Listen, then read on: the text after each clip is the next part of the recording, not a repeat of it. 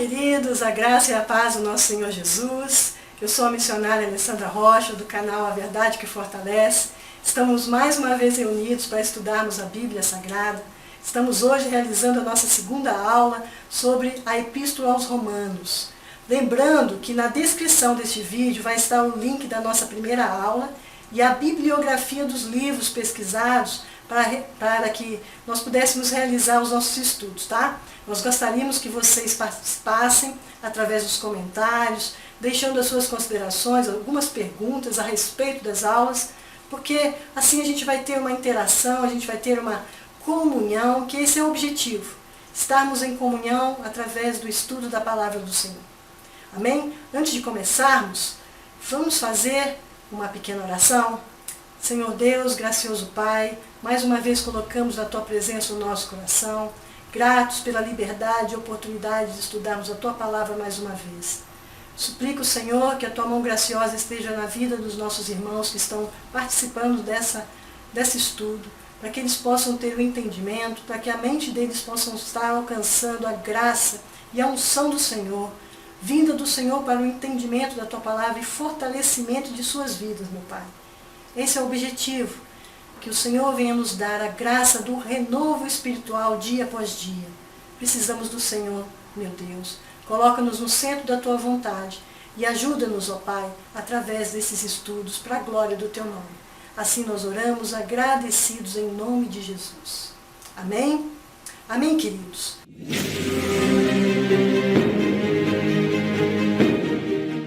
Então, a maravilhosa graça, apreciando a liberdade através da justiça de Deus, hoje nós vamos continuar na unidade número 1, da justificação para o pecador, que vai do capítulo 1 ao capítulo 4.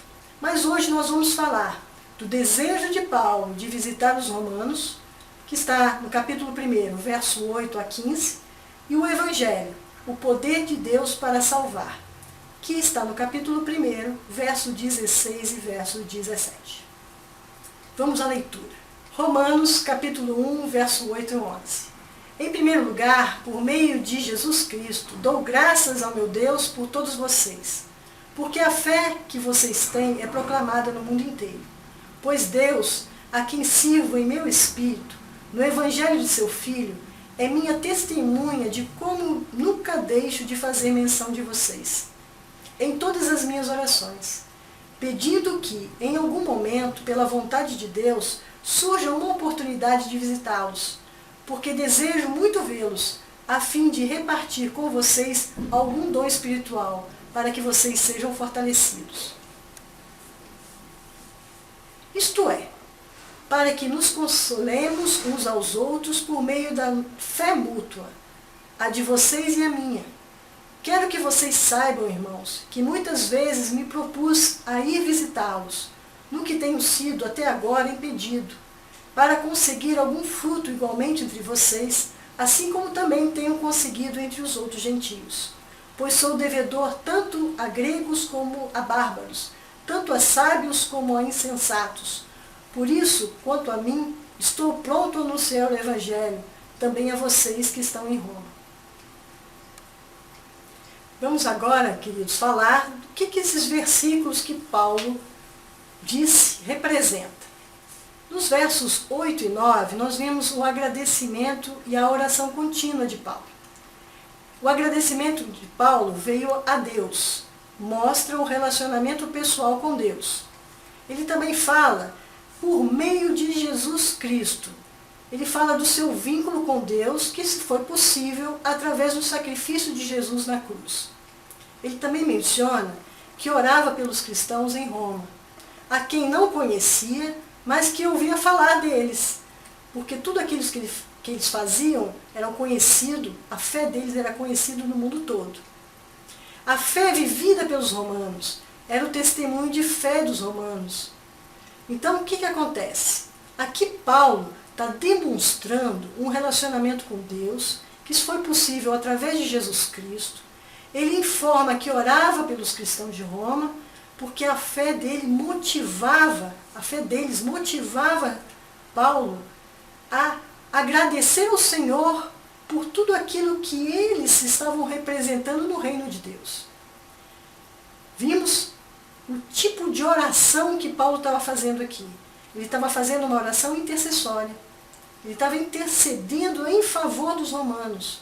Ele aqui estava como advogado diante de um juiz, que era Deus, para pedir em favor dos romanos.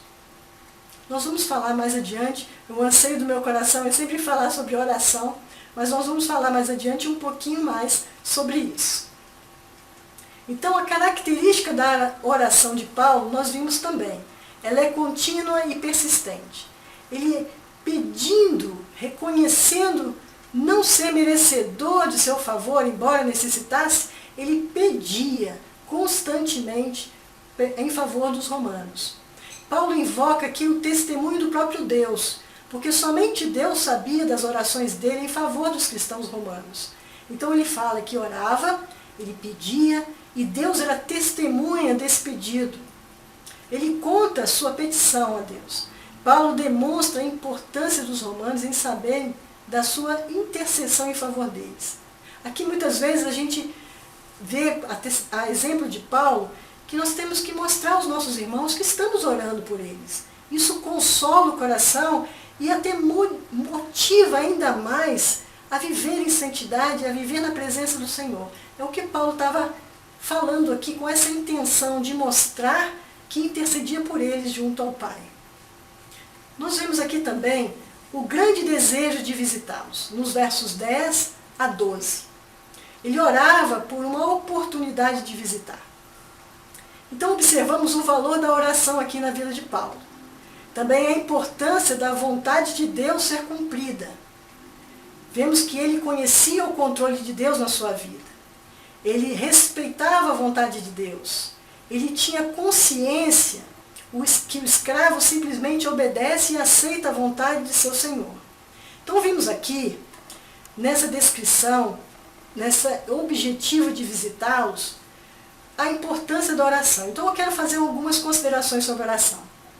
Bom, a oração aqui de Paulo, a oração intercessória, mas é em favor dos romanos, mas ao mesmo tempo, Paulo estava colocando a vontade do Senhor, nosso Deus, sobre todas as petições que ele fazia.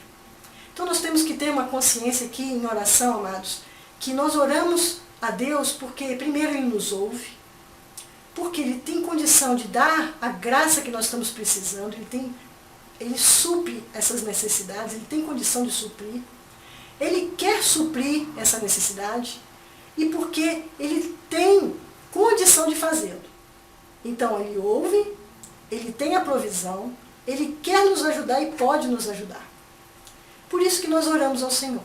Mas sabendo que quando nós pedimos, tem que ser segundo a vontade dEle para as nossas vidas. Então, além das nossas petições, nós temos que ter consciência de que a vontade dEle é soberana sobre as nossas vidas. É isso que Paulo está colocando aqui. Que ele conhecia essa vontade soberana. Que até então estava impedindo Paulo de visitar os romanos. É isso que nós temos que ter quando nós vamos fazer as nossas petições pessoais, ou até mesmo interceder para o nosso irmão, ou para o grupo de irmão, que a vontade de Deus tem que ser soberana. Então, muitas das vezes, para resumir tudo isso, nós temos que ter consciência de que é melhor nós pedirmos que a vontade do Senhor seja feita e que Ele nos conceda a graça de ter essa vontade nos nossos corações a ser cumprida e também a força para cumprir essa vontade. Então, a graça para aceitar essa vontade soberana de Deus e a força para cumprir essa vontade soberana de Deus em nossas vidas. A nossa oração tem que ter esse objetivo. A exemplo de Paulo. Ele sabia que Deus estava no controle de todas as coisas, então ele colocava tanto a vida dos cristãos de Roma na presença do Senhor, como falava da importância que era do controle de Deus sobre a vida, porque ele sabia que se fosse vontade de Deus, ele visitava. Mas se não fosse a vontade de Deus, não seria possível essa visitação. Isso é muito importante a gente ressaltar daquilo que Paulo demonstra através desses versículos que ele colocou, do verso 10 ao verso 12. Vimos também o plano de Paulo de visitar os romanos. para ajudá-los espiritualmente. Ele não queria ir com a intenção egoísta só para receber um favor. Ele queria cooperar para que eles se enraizassem em Cristo, através da sua instrução, abençoando-os espiritualmente.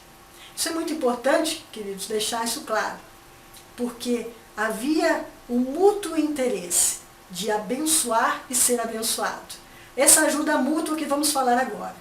Paulo deixa claro que ele queria ajudá-los para favorecê-los na fé e que eles pudessem também abençoar a sua vida. Ele afirma isso com a intenção de evitar alguns ressentimentos da parte deles.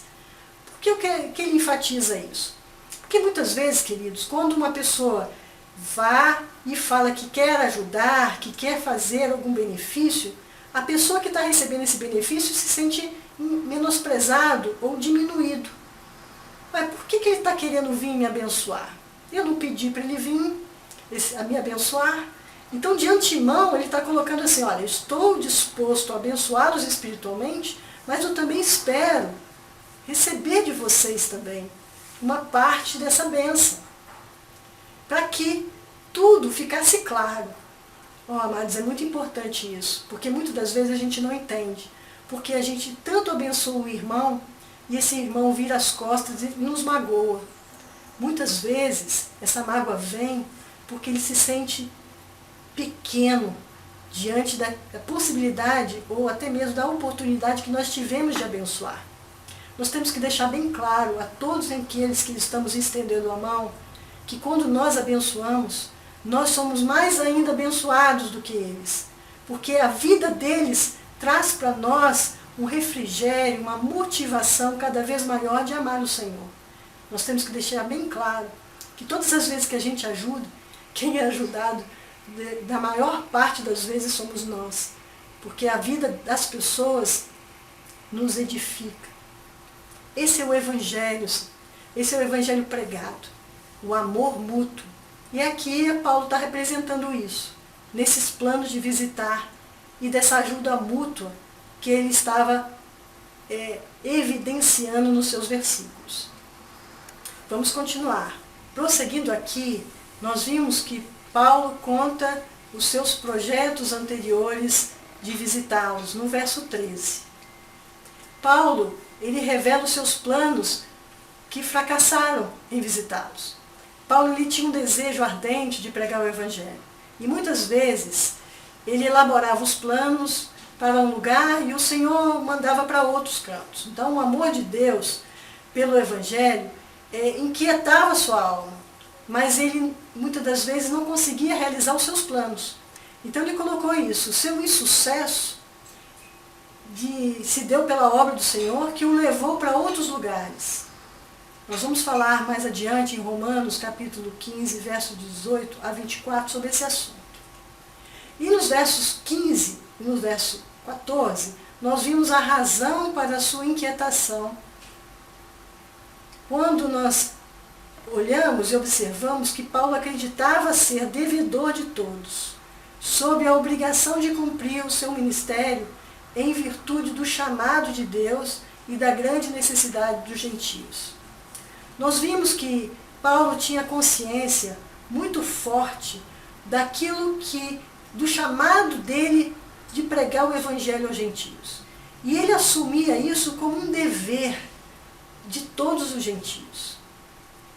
E ele assumia essa forma com muita inquietude. Ele não parava, ele sempre realizava planos para poder pregar o Evangelho.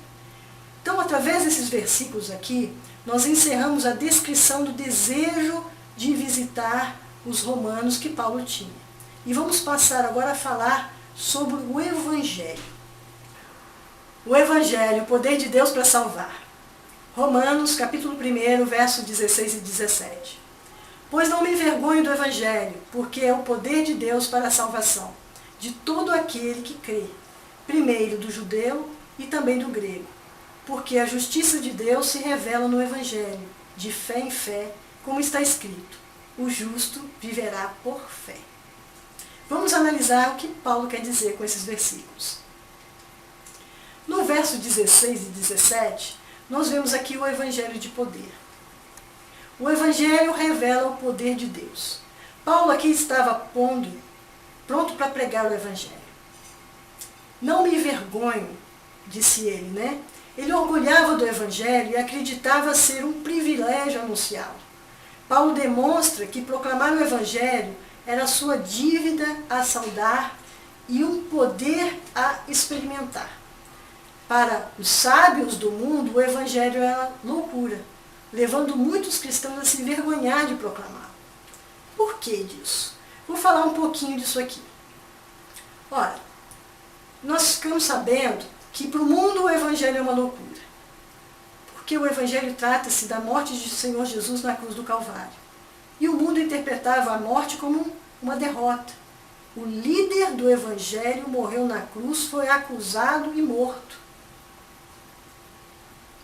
Isso para eles é uma loucura, porque para eles o poder é aquele que vence o braço forte, aquele que se impõe na autoridade. E ao contrário, o Evangelho foi vencido através da morte. Isso não entrava na cabeça dos gregos e nem dos romanos. Então muitos dos cristãos, ou aqueles que ainda não tinham uma profundidade no Evangelho, se envergonhavam, até alcançar um entendimento profundo para saber que aquele que rejeita esse Evangelho da salvação, que a morte do Senhor Jesus foi a nossa vitória na cruz, quando ele tem esse entendimento, como Paulo tinha, com muito afinco, ele disse: eu não me envergonho do Evangelho, ao contrário de todos podem falar a respeito do Senhor Jesus, mas eu sei que Ele é o meu Salvador. É através da morte dele que eu recebi a vitória da graça da salvação e da ressurreição. Veja bem, isso é importante pregar, porque não é uma questão de timidez, amados. É uma questão de não querer se opor ao mundo quando você se envergonha do Evangelho. Porque existem muitas pessoas que falam assim: eu tenho vergonha de falar. Você pode ter vergonha de falar, mas você pode pregar o Evangelho com os lábios fechados. Mas aqui se trata da revelação desse poder. Então, mais adiante, nós vamos ver por que é poder de Deus. Porque nele a justiça de Deus é exposta. Este poder, ele tem um propósito específico: a salvação do ser humano. Não é um poder para vencer uma guerra, não é um poder para vencer uma batalha. É um poder para ser salvos. Salvos do pecado. Nós vemos isso em Mateus capítulo 1, verso 21, que diz o seguinte: ela dará à luz a um filho, e você porá nele o nome de Jesus, porque ele salvará o seu povo dos pecados deles. Ele salva da culpa, da mancha do pecado, do poder e da prática do pecado, da condenação e do castigo do pecado. Olha que glória desse poder do Senhor nosso Deus através do Evangelho. Ele salva também do diabo. Vimos isso em Colossenses capítulo 1, verso 13. Ele nos libertou do poder das trevas e nos transportou para o reino do seu Filho amado. Nós vemos que ele nos salva da ira de Deus. Romanos capítulo 5, verso 9. Logo, muito mais agora, sendo justificados pelo seu sangue, seremos por ele salvos da ira. Nós somos salvos da morte eterna. Vimos isso em João capítulo 5, verso 24. Em verdade vos digo, quem ouve a minha palavra e crê naquele que me enviou, tem a vida eterna. Não entra em juízo, mas passou da morte para a vida. Nós temos também a salvação da condenação do inferno que todo pecador merece. Vimos isso em Marcos capítulo 16, verso 16. Quem crer e for batizado será salvo. Quem, porém, não crer será condenado. Aqui eu quero só fazer uma observação, meus queridos, que muitos dos nossos irmãos, eles ainda não optaram para buscar o batismo. E aqui é bem claro que o batismo é a confirmação da nossa fé. E ela, de certa forma, ela é necessária para que a gente possa proclamar ao mundo a nossa decisão, para que nós possamos ser aliançados numa igreja e podemos ser alcançados pela graça dessa aliança, pelo poder que é derramado sobre as nossas vidas para vencer o mundo. É necessário sim. O batismo não dá a nossa salvação, mas ela confirma a nossa fé. E a palavra do Senhor diz que quem crer e for batizado será salvo. Ela não é uma condição sine qua non para a salvação, mas ela é muito importante para o nosso fortalecimento na aliança com o nosso Deus. Pensem nisso, vocês que ainda não se decidiram em batizar, ter uma aliança com a igreja mais profunda, uma aliança mais profunda com o Senhor. Pensem nisso. Então nós vimos aqui por que é poder de Deus. Porque Ele nos salva do pecado e nos salva do diabo. Nos salva da ira, nos salva da morte eterna e da condenação que todo pecador merece. Agora, por que é poder para todo o que crê? O requisito para conquistar este poder divino é a fé. Provém do ouvir a mensagem do Evangelho. Vimos isso em Romanos capítulo 10, verso 17. E assim a fé vem pelo ouvir, e o ouvir pela palavra de Cristo. Então, quando o Evangelho é anunciado, essa pregação ela mostra a corrupção da alma do pecador e a urgente necessidade do Salvador e de salvação. Nós vimos que somos pecadores e somos afastados da presença do Senhor e necessitamos do Senhor Jesus para que essa reconciliação seja feita. Então a pregação do Evangelho ela é um caminho para a gente conquistar esse poder que salva. As boas novas que em Cristo o pecador pode ser perdoado, a soberba pode ser superada, a transgressão pode ser anulada, a aflição pode ser contida e as pessoas podem de fato ter esperança e glória eterna. Esse poder, meus amados, é o poder que o Evangelho produz. É o poder que vem do Senhor através da pregação do Evangelho. Porque mostra quem somos e quão necessitados somos do Senhor. Vamos dar continuidade para fazer umas pequenas considerações. Aceitar as verdades dos fatos não é crer. O crer continuamente está comparado com a aceitação da salvação. Confessar os atos e promessas e obedecer aos mandamentos que Deus nos dá. Não podemos colocar no mesmo patamar a comparação, crer e não crer. Nós temos que colocar, sim, obedecer e não obedecer. O que eu quero dizer com isso? Bom, aquele que crê em Cristo Jesus verdadeiramente obedece. Paulo sempre afirma que a obediência e a fé andam juntas. Como nós podemos falar que somos obedientes do Senhor, cremos no Senhor, se as nossas práticas não dizem isso? Então, crer, até o diabo crê, mas não obedece. O que vai ressaltar nas nossas vidas que verdadeiramente nós temos fé e cremos no Senhor Jesus é através da obediência. A obediência vai mostrar. O fruto da obediência é o amor. E isso vai ser transmitido através das nossas vidas. É isso que eu queria ressaltar aqui, porque muitas das vezes a pessoa fala, você crê no Senhor Jesus? Ah, eu creio.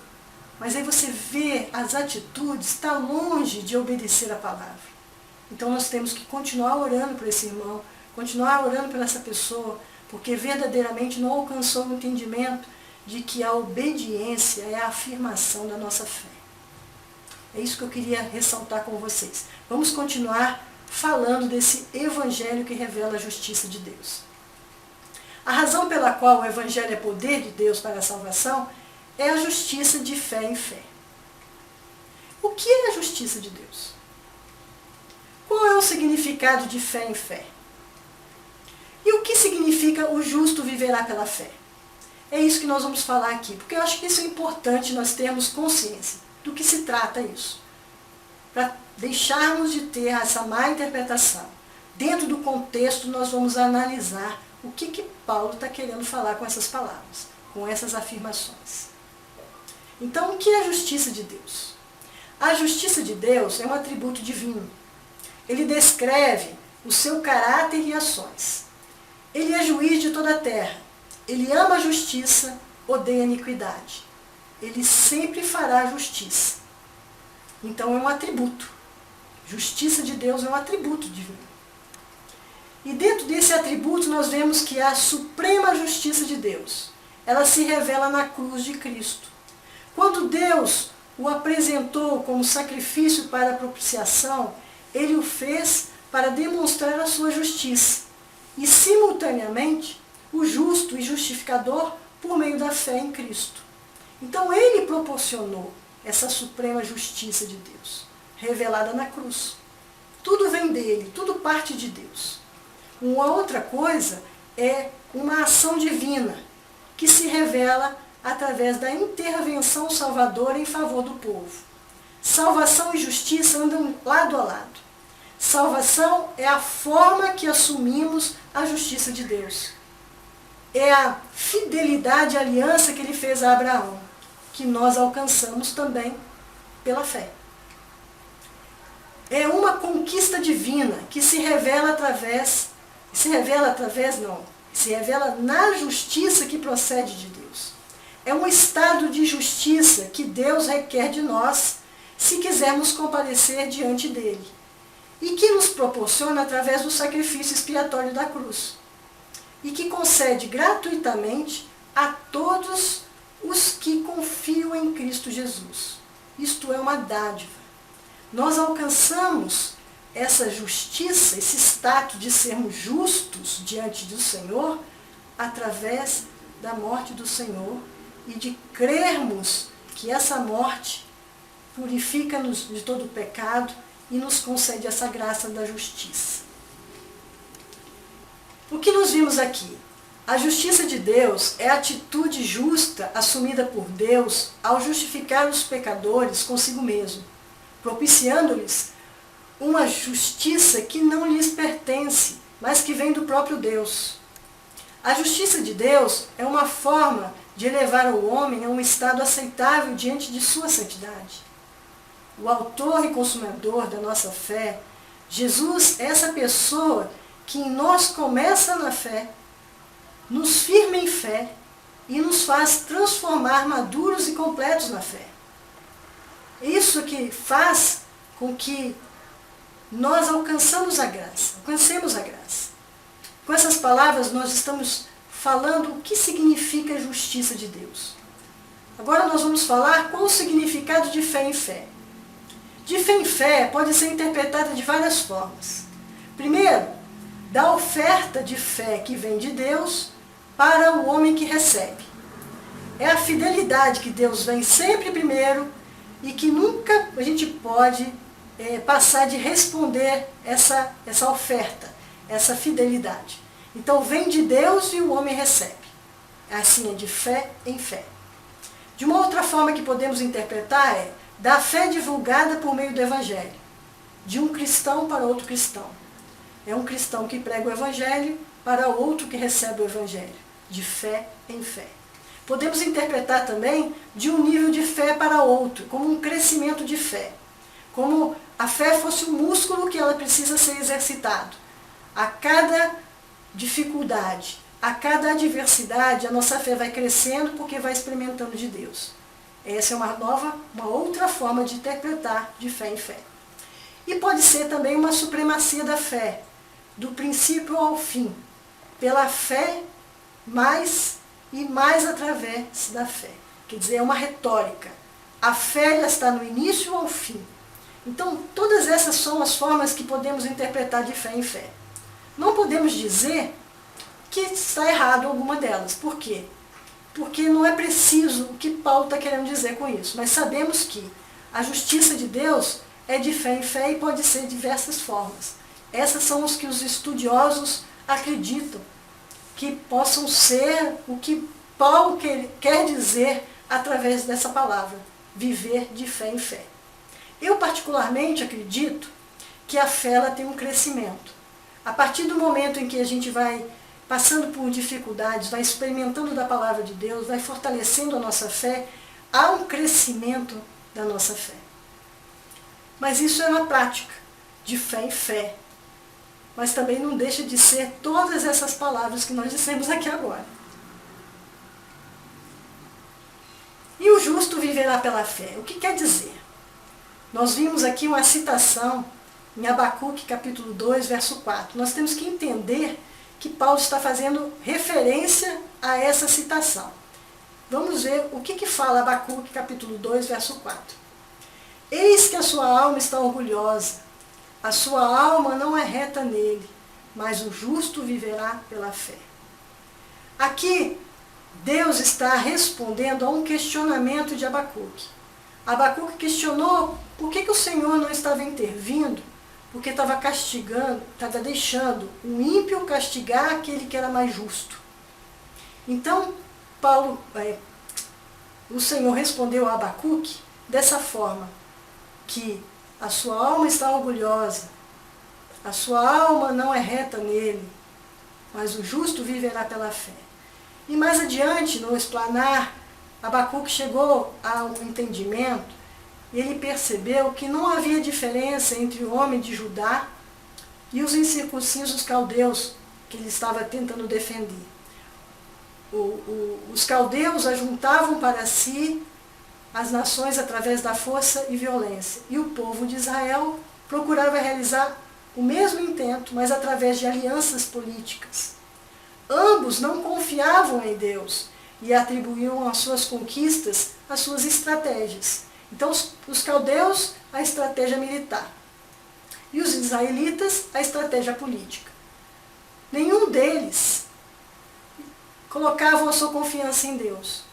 E aí Abacuque entendeu que todos eles estavam afastados da presença do Senhor.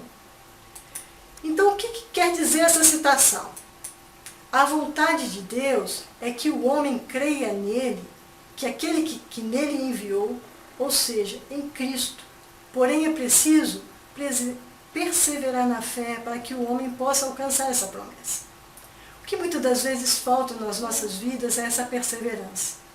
Quando acontece uma adversidade, a gente procura um homem, um parente, uma pessoa, para poder nos ajudar de imediato. E Deus proporciona muitas das vezes a adversidade para provar a nossa fé, para ver se a gente está crendo nele mesmo ou não. Uma das coisas que aconteceu lá em Abacuque foi isso. Ele estava provando o povo de Deus. E ele viu que o povo estava com o coração longe, não estava crendo em Deus, estava crendo na sua força, na força do seu braço. E ele diz que o justo viverá pela fé. Então nós devemos mostrar que confiamos no Senhor, que cremos naquele que enviou, em Jesus Cristo. E ele vai proporcionar a vitória para as nossas vidas. Então, os justos que confiam em Deus sobrevivem ao juízo que estava iminente no tempo de Abacuque. É isso que Deus estava querendo mostrar a Abacuque através das suas intercessões, inquietações e perguntas. O justo que confia sobrevive. E é isso que nós temos que ter em mente também.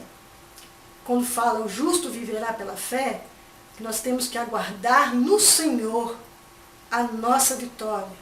Aguardar no Senhor a providência divina. O homem que deseja sobreviver ao juízo final e à manifestação da ira de Deus contra o pecador, terá que fazer por fé. Trata-se da salvação espiritual, o perdão e justificação, e a obra de Cristo através do Evangelho. Nós temos que crer no Senhor Jesus e confiar que a provisão vem dele.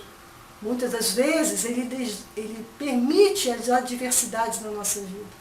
E nós temos que crer que pode ser uma prova da nossa fé, uma prova para que a gente venha a ser elevado em patamares maiores, a ser promovido na área ministerial, sermos agraciados com uma vitória iminente. Por isso que permite, Senhor, permite essas coisas, para que nós possamos viver pela fé.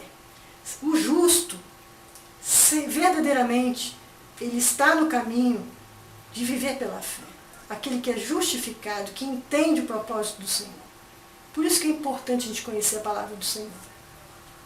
Aqui, meus irmãos, nós encerramos a segunda aula. Nós vamos fazer umas pequenas considerações finais. Precisamos ter a compreensão plena de quem é Jesus Cristo e o que o seu sacrifício significa para nós. Não podemos viver longe do nosso Senhor e de seus ensinamentos, porque as trevas rapidamente nos destruirão. Mesmo que já tenhamos confessado o Senhor Jesus Cristo como Salvador, precisamos também reconhecer o seu domínio sobre as nossas vidas para não sermos vítimas de ciladas que Satanás coloca em nosso caminho. Seduções modernas podem nos desviar do Senhor e se tornar nosso ídolo, como o dinheiro, o celular, a televisão, a internet, o sexo fora do casamento, músicas, drogas, amizades, corrupção, entre outras coisas. Nós temos que ter em mente, amados, que o Senhor deve dominar a nossa vida e o nosso propósito de vida. Devemos compreender que viver pela fé não significa viver sem nenhum tipo de planejamento de vida.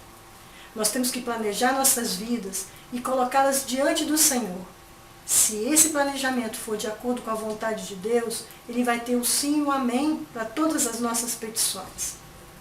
Mas se não, possamos e devemos pedir ao Senhor para que o plano dEle para as nossas vidas seja revelado em nossos corações, para que nós possamos desejar aquilo que agrada a Ele. Precisamos viver com consciência firme de que Deus existe, enviou o seu Filho para nos salvar e espera manter um relacionamento íntimo conosco. Esse é um propósito principal do reino de Deus, do Evangelho. É escrever nos nossos corações a palavra do Senhor através de um relacionamento íntimo. Essa intimidade que vai trazer para nós a vitória no nosso dia a dia. Essa intimidade vai trazer a revelação da palavra do Senhor para as nossas vidas. E aqui, meus queridos, nós terminamos o nosso estudo de hoje. E eu gostaria de fazer uma oração encerrando essa palavra, pedindo a Deus essa graça de colocar e fortalecer no nosso coração a sua palavra, para que sejamos vitoriosos.